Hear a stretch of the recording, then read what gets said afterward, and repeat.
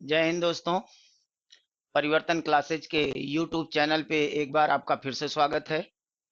Live class start हो गया है, आप लोग जल्दी से जुड़ जाइए। संविधान के सीरीज को हम लोग आगे बढ़ा रहे हैं और आज का हमारा टॉपिक होगा मौलिक अधिकार। पिछले क्लास में हम लोगों ने नागरिकता के टॉपिक को कंप्लीट किया था।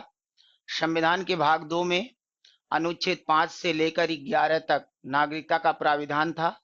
इसके अलावा संसद के द्वारा निर्मित नागरिकता अधिनियम 1955 को और उसका संशोधन सीएए को हम लोगों ने कंप्लीट कर लिया था। तो आज का क्लास हम लोग संविधान के भाग 3 को देखेंगे और भाग 3 में हम लोगों को नागरिकता को पढ़ना है। तो सारे लोग जल्दी से जुड़ जाइए और नागरिकता का टॉपिक मोस्ट इम्पॉर्टेंट होने वाला है और ये भारतीय संविधान का बैकबोन आप इसको कह सकते हैं। पूरा संविधान इसी के इर्द गिर्द घूमता है। तो संविधान का भाग 3 मौलिक अधिकार मोस्ट इम्पॉर्टेंट टॉपिक होने वाला है। तो जल्दी से सारे लोग जुड़िए और क्लास को हम लोग स्टार्ट करते हैं। इसमें सबसे पहले इसके बैकग्राउंड को हम लोग समझेंगे। मौलिक अधिकार क्या है, मौलिक अधिकारों का विकास कहाँ से हुआ, भारत में मौलिक अधिकार कहाँ से लिए गए हैं, भारतीय संविधान में कौन कौन से मौलिक अधिकार दिए गए हैं और इन मौलिक अधिकारों का क्या महत्व है, मौलिक अधिकार किसको प्रदान किया गया है और किसके विरुद्ध प्रदान किया गया है। ये तमाम चीजों पे आज हम लोग टॉक करने वाले हैं। तो सारे लोग जल्दी से जुड़ जाइए और फिर हम लोग टॉपिक को स्टार्ट करते हैं। आइए हम लोग संविधान के भाग 3 को आरंभ करेंगे और भाग 3 में हम लोगों को मौलिक अधिकार देखना है। मौलिक अधिकार और इसका वर्णन संविधान के भाग 3 में किया गया है। संविधान का भाग 3 और अनुच्छेद की अगर बात करें तो इसका वर्णन अनुच्छेद 12 से लेकर 35 तक है। तो संविधान में मौलिक अधिकारों का जो वर्णन है भाग 3 में है, अनुच्छेद 12 से 35 तक है। तो अब हम लोग इसको समझना स्टार्ट करेंगे। मौलिक अधिकार क्या है, इसको समझने से पहले सबसे पहले हमको ये समझना होगा कि अधिकार क्या होता है। जब अधिकार हमको समझ में आ जाएगा तो मौलिक अधिकार को समझना आसान हो जाएगा।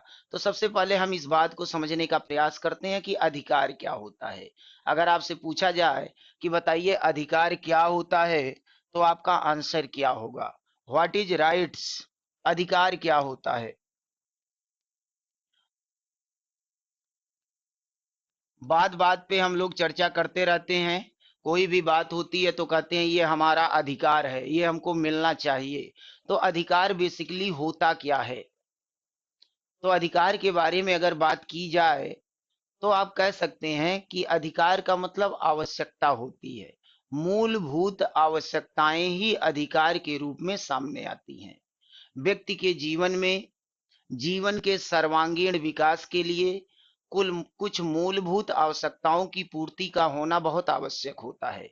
अगर इन मूलभूत आवश्यकताओं की पूर्ति नहीं हो पाती तो उस व्यक्ति का सर्वांगीण विकास नहीं हो पाता और यही मूलभूत आवश्यकताएं ही उसका अधिकार कहलाती हैं।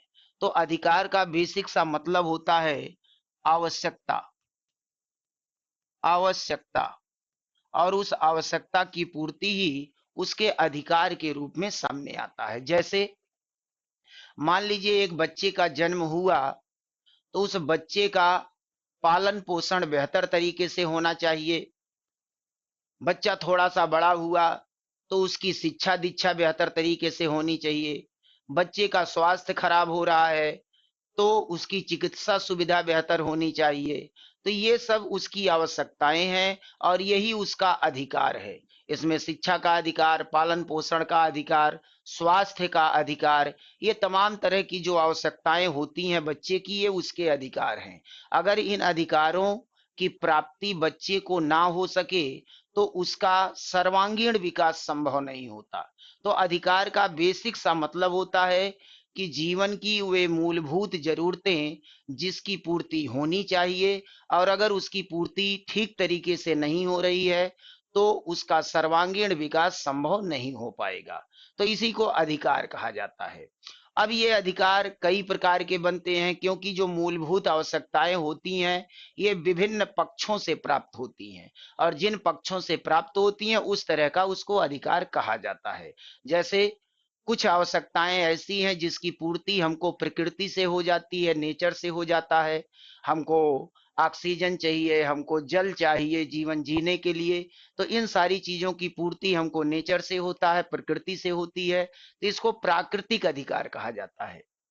तो शुद्ध पेयजल, शुद्ध वायु, शुद्ध वातावरण की आवश्यकता होती है स्वस्थ रहने के लिए, तो ये नेचुरल राइट्स के रूप में हमारे सामने आता है। इसके अलावा अगर हम समाज में आ जाएंगे, मनुष्य एक सामाजिक प्राणी है, तो समाज में कुछ मूलभूत आवश्यकताएं होती हैं। जैसे समाज में व्यक्ति को समानता का दर्जा मिलना चाहिए, भेदभाव नहीं होना चाहिए, ना धर्म के नाम पे भेदभाव हो, ना जाति के आधार पे भेदभाव हो, न तो गरीबी अमीरी के आधार पर भेदभाव हो। तो इस तरह से हम देखते हैं कि ये सामाजिक अधिकार के रूप में सामने आता है। तो विभिन्न प्रकार के अधिकार सामने आते हैं, कुछ राजनीतिक अधिकार होते हैं, कुछ सामाजिक अधिकार हैं, कुछ संवैधानिक अधिकार हैं, कुछ विधिक अधिकार हैं, कुछ धार्मिक अधिकार के रूप में सामने आते हैं।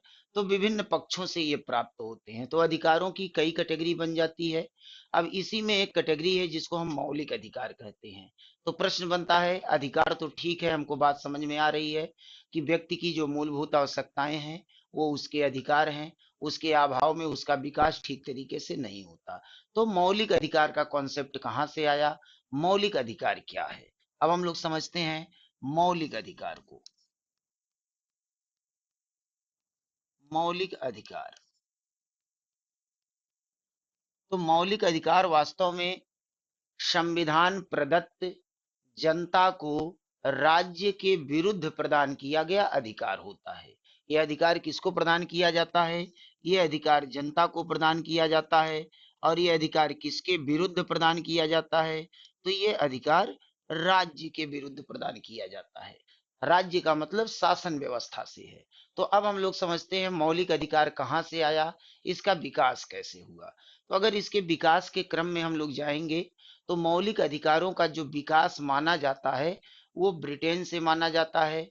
ब्रिटेन में सबसे पहले सम्राट जॉन ने 1215 ईस्वी में कुछ अधिकारों को जनता को ट्रांसफर कर दिया, और इसी को कहा जाता है मैग्ना कार्टा। तो इस शब्द से आप जरूर परिचित होंगे, मैग्ना कार्टा शब्द से। मैग्ना कार्टा ये शब्द बार बार आता है। तो मैग्ना कार्टा क्या था, 1215 ईस्वी में ब्रिटेन के सम्राट ने अपने कुछ अधिकारों को छोड़ दिया और इन अधिकारों को जनता को प्रदान कर दिया। इसी को कहा जाता है अधिकारों का प्रथम घोषणा पत्र। तो विश्व में पहली बार इस तरह की घटना देखने को मिलती है कि राजा ने अपनी शक्तियों का त्याग कर दिया और वो शक्तियां जनता में ट्रांसफर हो गई। यहीं से आरंभ हो जाता है मौलिक अधिकारों का विकास।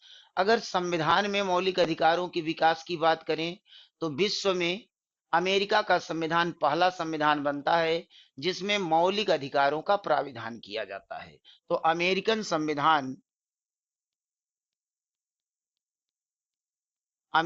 का संविधान विश्व का पहला संविधान बनता है जहां पर मौलिक अधिकारों का प्राविधान किया जाता है। तो अमेरिका में क्या हुआ था इस तरह से, तो आप जानते हैं कि 1776 ईस्वी में अमेरिकन क्रांति हुई, और इस अमेरिकन क्रांति के फलस्वरूप 13 उपनिवेश एक साथ आजाद हो गए थे।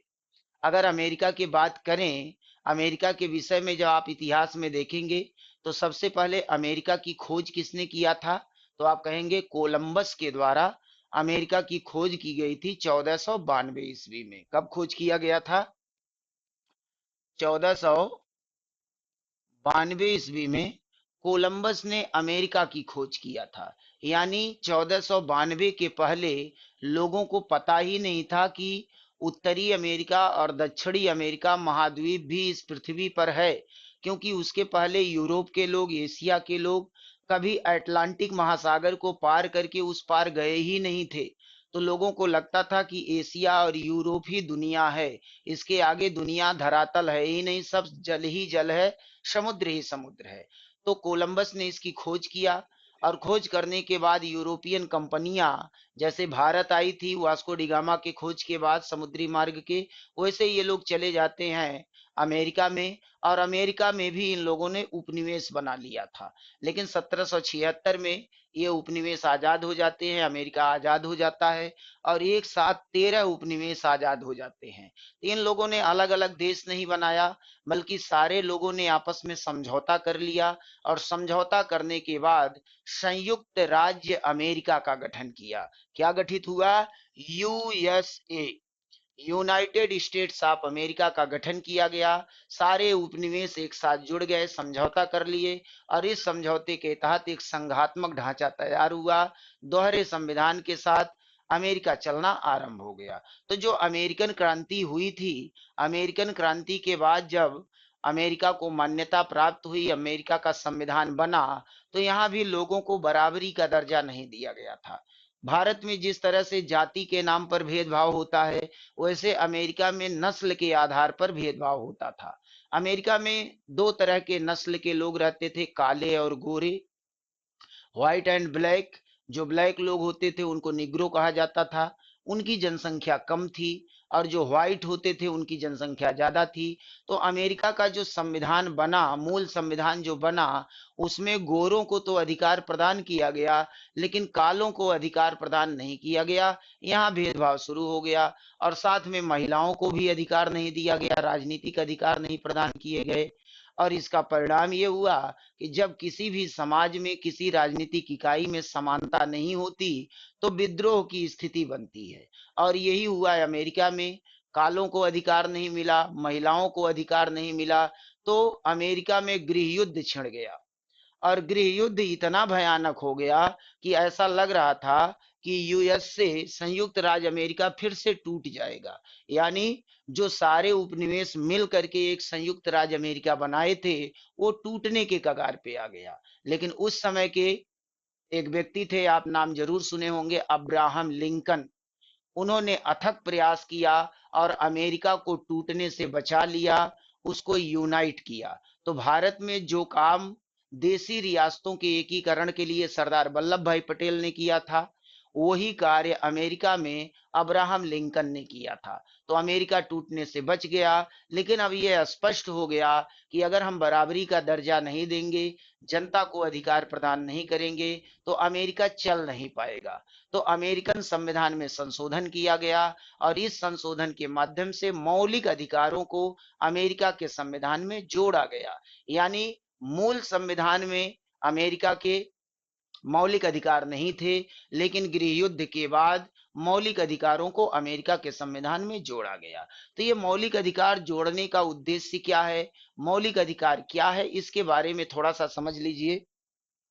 अगर आप मौलिक अधिकारों की बात करेंगे, तो राजतंत्रात्मक शासन व्यवस्था से लोकतंत्रात्मक शासन व्यवस्था जब स्थापित होता है, तो लोकतंत्र राजतंत्र से ही निकल करके सामने आया। तो अगर हम लोकतंत्र की बात करें, तो लोकतंत्र में जनता का शासन होता है। अब्राहम लिंकन की एक परिभाषा है, सब लोग परिचित होंगे इससे, कि लोकतंत्र जनता का जनता के द्वारा और जनता के लिए शासन होता है। Democracy is for people, by people and of people. तो लोकतंत्र का जो विकास हुआ था वो राजतंत्र से ही हुआ था, राजतंत्र से हुआ था। राजतंत्र में क्या होता था कि शासन सत्ता की सारी शक्तियां राजा में निहित होती थी, एक व्यक्ति में निहित होती थी। लेकिन लोकतंत्र में शासन सत्ता की अंतिम शक्ति जनता में निहित हो गई। जनता के द्वारा कुछ समय के लिए अपना शासक निर्वाचित किया जाता है, और वही शासक फिर कुछ समय के लिए, एक निश्चित समय के लिए शासन व्यवस्था को चलाता है। निर्वाचन प्रणाली के माध्यम से लोकतांत्रिक व्यवस्था चलती है। प्रश्न बनता है ये मौलिक अधिकार का कॉन्सेप्ट क्या है, तो ये भी इसी में छिपा हुआ है। क्या है इसमें? लोकतंत्र में जनता जब अपना शासक चुन लेती है तो एक निश्चित समय के बाद ही फिर दोबारा उसको चुनने का अवसर मिलता है। जैसे अगर आप भारत की बात कर ले एक एग्जाम्पल के रूप में, तो भारत में जो आम चुनाव होता है वो 5 वर्ष के लिए होता है। लोकसभा सदस्यों का चुनाव 5 वर्ष के लिए होता है और इसी चुनाव के माध्यम से प्रधानमंत्री और मंत्रिमंडल का गठन होता है, यानी सरकार का गठन होता है। तो लोकतंत्र के माध्यम से सरकार का गठन एक निश्चित समय के लिए कर दिया जाता है और उस निश्चित समय के बाद ही फिर दोबारा चुनाव होता है। जैसे भारत में 5 वर्ष का कार्यकाल है। तो मान लीजिए कि लोकतांत्रिक प्रणाली में जनता ने सरकार का निर्वाचन कर लिया, सरकार को चुन लिया। अब जो उसका कार्यकाल है, भारत की बात करें तो 5 साल का कार्यकाल है, तो 5 साल तक तो फिर दोबारा सरकार चुन नहीं सकती जनता। तो इस 5 साल के कार्यकाल में अगर सरकार तानाशाही करने लगे, जनता पे अत्याचार करने लगे, तो फिर क्या होगा? इसी समस्या के निराकरण के लिए मौलिक अधिकारों का वर्णन किया गया। ये मौलिक अधिकार का वर्णन यहीं से होता है। लोकतंत्र में ठीक है, शासन सत्ता जनता के हाथ में है। जनता ही तय करती है हमारा शासक कौन होगा एक निश्चित समय के लिए। एक निश्चित समय के बाद फिर निर्वाचित करके नया शासक वो लेके आ सकती है। लेकिन एक बार जब जनता ने निर्वाचन कर लिया तो उस निश्चित समय के बाद ही फिर दोबारा निर्वाचन करेगी। तो इस बीच के कालखंड में अगर वो शासक जनता का शोषण करने लगे तो फिर जनता क्या कर सकती है? इसी समस्या के निराकरण के लिए, इस तानाशाही के निराकरण के लिए मौलिक अधिकारों का कॉन्सेप्ट लाया गया और कहा गया कि संविधान में ही हम कुछ अधिकारों को डाल देते हैं, संविधान में कुछ अधिकारों का वर्णन कर देते हैं और ये अधिकार सीधे जनता को प्रदान कर दिया जाता है। और किसके विरुद्ध प्रदान किया जाता है? राज्य के विरुद्ध प्रदान किया जाता है, यानी सरकार के विरुद्ध प्रदान किया जाता है। सरकार किसी की भी हो, लेकिन संविधान ने जो अधिकार जनता को प्रदान कर दिया है, सरकार भी उसमें हस्तक्षेप नहीं कर सकती। सरकार अपना कार्य करे, लेकिन संविधान ने जनता को जो अधिकार दे दिया, सरकार उस अधिकार को नहीं छीन सकती, सरकार उसका हनन नहीं कर सकती। और इसी अधिकार को मौलिक अधिकार कहा जाता है। यानी संविधान प्रदत्त वे अधिकार जिसका उल्लंघन राज्य नहीं कर सकता, ऐसे अधिकारों को मौलिक अधिकार कहा जाता है। तो लोकतांत्रिक प्रणाली में शासन सत्ता निरंकुश ना होने पाए, इसके लिए मौलिक अधिकारों का कॉन्सेप्ट लाया गया। और सबसे पहले मौलिक अधिकार अमेरिका के संविधान में वर्णित किए गए और वहीं से भारतीय संविधान में मौलिक अधिकारों को लिया गया है। तो मौलिक अधिकार का मतलब अब आपको समझ में आ गया होगा कि मौलिक अधिकार जनता को प्रदान किए गए संविधान के माध्यम से वे अधिकार होते हैं जिनका उल्लंघन स्वयं राज्य भी नहीं कर सकता, जिसका उल्लंघन सरकारें नहीं कर सकती। ये जनता को सीधे प्रदान की गई हैं और सरकारों के द्वारा अगर इन अधिकारों का उल्लंघन किया जाएगा तो सरकार के ऊपर भी पाबंदी लगा दी जाएगी। ये अधिकार मौलिक अधिकार कहलाते हैं। तो कई प्रकार के अधिकार हैं, राजनीतिक अधिकार हैं, सामाजिक अधिकार हैं, धार्मिक अधिकार हैं, मानवाधिकार है, बहुत प्रकार के अधिकार होते हैं। उन्हीं में से एक अधिकार होता है मौलिक अधिकार, जिसको हम फंडामेंटल राइट्स कहते हैं। तो फंडामेंटल राइट्स यानी मौलिक अधिकार का कॉन्सेप्ट आपको समझ में आ गया होगा। इसका विकास कहाँ से आरंभ हुआ? तो ब्रिटेन से आरंभ हुआ था, जब 1215 ईस्वी में पहली बार ब्रिटेन के सम्राट जॉन ने अपने कुछ अधिकारों को त्याग दिया और जनता को अधिकार दे दिया। इसी को मैग्ना कार्टा कहा जाता है। यहीं से अधिकारों का विकास शुरू हुआ कि सारे अधिकार राजा के हाथों में नहीं होने चाहिए, कुछ अधिकार जनता को भी मिलने चाहिए। तो राजतंत्रात्मक प्रणाली से लोकतंत्रात्मक प्रणाली का विकास यहीं से आरंभ हो जाता है। उसके बाद अमेरिका पे आ जाते हैं, तो अमेरिकन क्रांति हुई और इस क्रांति के फलस्वरूप बहुत सारे उपनिवेश मिल करके संयुक्त राज्य अमेरिका का गठन किए। लेकिन यहाँ दो नस्ल के लोग थे, तो इनमें गोरों को अधिकार मिला, कालों को अधिकार नहीं दिया गया, महिलाओं को अधिकार नहीं मिला, इसलिए गृह युद्ध छिड़ गया। तो गृह युद्ध की जब समाप्ति हुई, तो ये स्पष्ट हो गया कि अगर हम बराबरी का दर्जा नहीं देंगे, सबको बराबरी का हक नहीं देंगे, तो फिर हमारा देश चल नहीं पाएगा। तो मौलिक अधिकार का कॉन्सेप्ट पहली बार अमेरिका के संविधान में जोड़ा गया। कुछ मौलिक अधिकार डायरेक्ट संविधान के माध्यम से जनता को ट्रांसफर कर दिए गए कि इन अधिकारों का उल्लंघन ना तो कोई व्यक्ति कर सकता है और न ही स्वयं सरकार। तो इस तरह से मौलिक अधिकारों का विकास होता है। तो अधिकार कई प्रकार के होते हैं, इसमें मौलिक अधिकार सबसे प्रमुख रोल प्ले करता है, क्योंकि ये संविधान के माध्यम से सीधे जनता को प्रदान किया गया अधिकार होता है। इसका उल्लंघन ना तो व्यक्ति कर सकता है और ना स्वयं सरकार कर सकती है, ना तो राज्य कर सकता है। तो बात समझ में आ गई होगी कि अधिकार क्या होता है, ये आवश्यकताएं होती हैं और इसी अधिकारों के फलस्वरूप विभिन्न प्रकार के अधिकार बनते हैं, उन्हीं में से एक है मौलिक अधिकार। तो ये मौलिक अधिकारों के कॉन्सेप्ट की बात हो गई, विचारधारा की बात हो गई।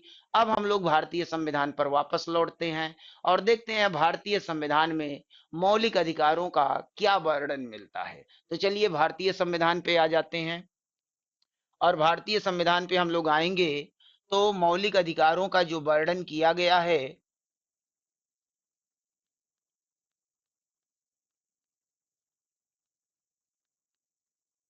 मौलिक अधिकार ये संविधान के भाग 3 में है और अनुच्छेद 12 से लेकर 35 तक इसका वर्णन है। कहां से कहां तक है?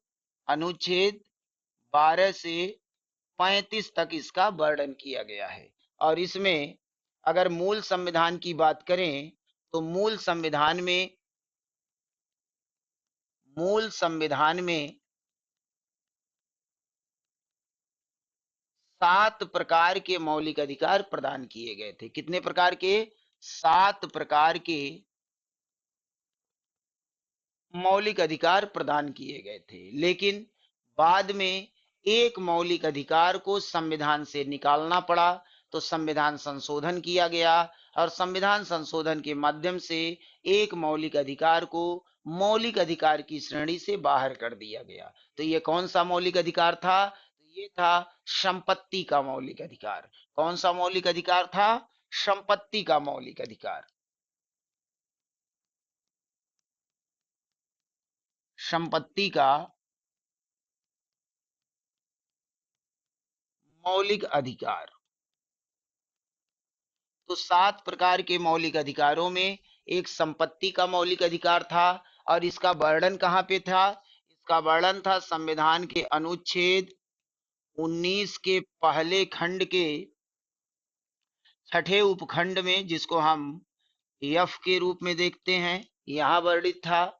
और दूसरा जो इसका वर्णन था, ये था अनुच्छेद 31 में। कहाँ पे था? अनुच्छेद 31 में। ये दो अनुच्छेदों में संपत्ति के मौलिक अधिकार का वर्णन था। अनुच्छेद 19 में जो वर्णन था, इसमें कहा गया था कि सभी व्यक्तियों को धन का अर्जन करने और उसका व्ययन करने का पूर्ण अधिकार है। और अनुच्छेद 31 में कहा गया था कि सरकार के द्वारा किसी भी व्यक्ति की संपत्ति को केवल सार्वजनिक हित में ही छीना जा सकता है, निजी हित में किसी की संपत्ति नहीं छीनी जा सकती। और उस पर भी जो संपत्ति सार्वजनिक हित में छीना जाएगा, उसका क्षतिपूर्ति सरकार को देना होगा, कंपनसेशन देना होगा। तो कुछ समस्याएं उत्पन्न हो गई, उसके बारे में आगे हम लोग चर्चा करेंगे।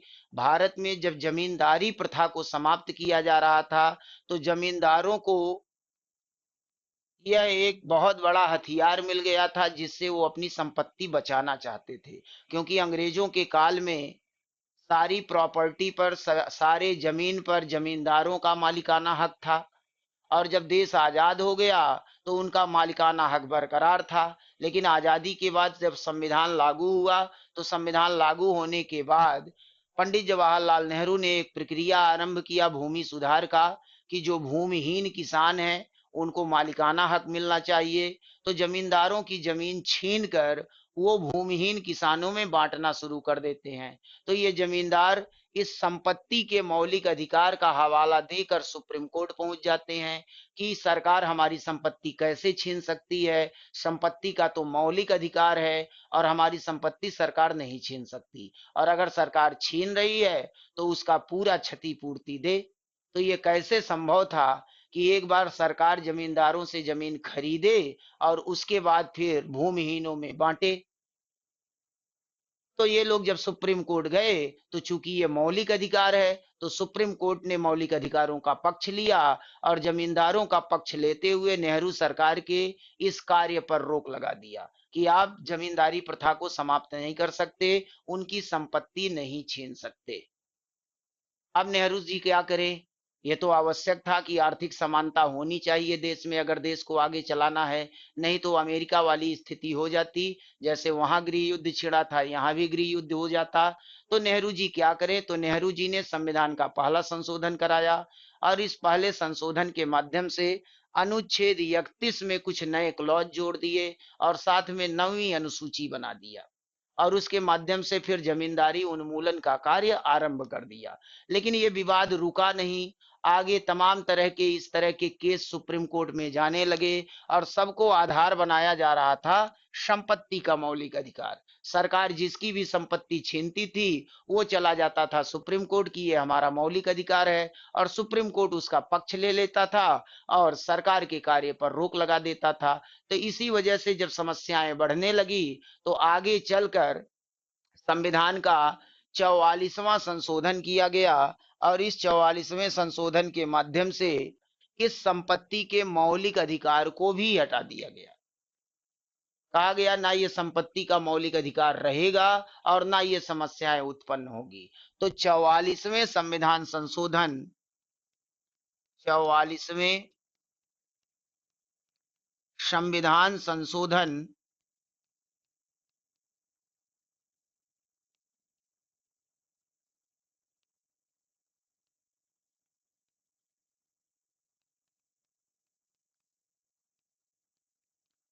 1978, इसी के माध्यम से इस संपत्ति के मौलिक अधिकार को हटा दिया गया। यानी अनुच्छेद 19 1F को हटा दिया गया और अनुच्छेद 31 को हटा दिया गया, और इसको एक सामान्य विधिक अधिकार के रूप में मान्यता प्रदान कर दिया गया संविधान के अनुच्छेद 300 क में। तो अब ये क्या बन गया इस संशोधन के बाद? इस संशोधन के बाद ये सामान्य विधिक अधिकार, सामान्य विधिक अधिकार के रूप में इस संपत्ति के अधिकार को मान्यता दे दिया गया संविधान के अनुच्छेद 300 क में। तो अनुच्छेद 300 में एक खंड जोड़ करके, क का खंड जोड़ करके, इसमें इसको सामान्य विधिक अधिकार के रूप में मान्यता प्रदान कर दिया गया। तो जो पहले मौलिक अधिकार था, अब वह एक विधिक अधिकार के रूप में परिवर्तित हो गया, कानूनी अधिकार के रूप में परिवर्तित हो गया। मौलिक अधिकार और विधिक अधिकार में अंतर क्या है?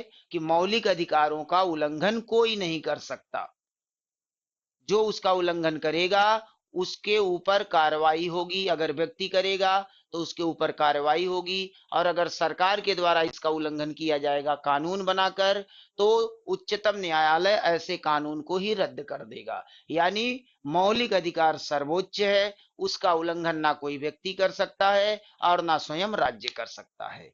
तो ये संपत्ति का मौलिक अधिकार, जो कि मौलिक अधिकार का हिस्सा हुआ करता था, इसको 44वें संविधान संशोधन के माध्यम से मौलिक अधिकारों की श्रेणी से निकालकर एक सामान्य विधिक अधिकार के रूप में मान्यता प्रदान कर दिया गया अनुच्छेद 300 क में। तो इस तरह से आप देखेंगे कि मूल संविधान में जो हमारे पास 7 प्रकार के मौलिक अधिकार थे, अब इनकी संख्या कितनी बचती है? 6 प्रकार के मौलिक अधिकार हमारे पास शेष बचते हैं। ठीक है, तो अब अगर आगे हम लोग बात करेंगे तो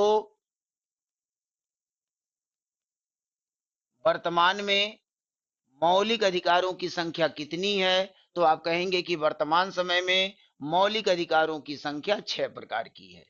6 प्रकार। तो भारतीय संविधान में, मूल संविधान में मौलिक अधिकार 7 प्रकार थे, लेकिन एक मौलिक अधिकार, संपत्ति का मौलिक अधिकार निकाल दिया गया और अब हमारे पास 6 प्रकार के मौलिक अधिकार बचे हुए हैं। तो ये 6 प्रकार के मौलिक अधिकार कौन कौन से हैं, अब इन्हीं के बारे में हमको जानना है। तो चलिए देख लेते हैं कि ये 6 प्रकार के मौलिक अधिकार हमारे पास कौन कौन से हैं। इसमें पहला आपको मिलेगा समानता का अधिकार। समानता का अधिकार और इसका वर्णन संविधान में अनुच्छेद 14 से लेके 18 तक किया गया है। दूसरा है इसमें स्वतंत्रता का अधिकार। स्वतंत्रता का अधिकार और इसका वर्णन संविधान में अनुच्छेद 19 से लेकर 21 तक किया गया है।